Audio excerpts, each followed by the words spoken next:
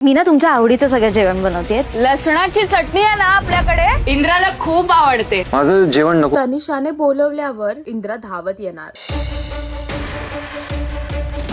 हुकुमाची राणी ही या मालिकेमध्ये राणीने इंद्राच्या आवडीचं संपूर्ण जेवण बनवायचा विचार केला आहे आणि तेच सांगण्यासाठी तिने इंद्राला फोन केला आहे जेव्हा तो ऑफिस मध्ये असतो आणि ती त्याला सांगते की तुमच्या आवडीचं सर्व जेवण बनवणार आहे मी. तिच्यातच मागून तनिषा जोरात ओरडून म्हणते की इंद्राला लसणाची चटणी आवडते तर ती बनवायला विसरू नको. आणि ते ऐकताच इंद्राला फार राग येतो आणि तो राणीला म्हणतो की माझं जेवण नको बनवस आणि फोन कट करतो. आणि तिथेच दुसरीकडे तनिषा राणीला समजवताना दिसते, तिचे कान भरताना दिसते की हेच आहे का तुमचं प्रेम. आपल्याकडे इंद्राला खूप आवडते. माझं जेवण नको बनवूस. पण असं काय करताय? बाय.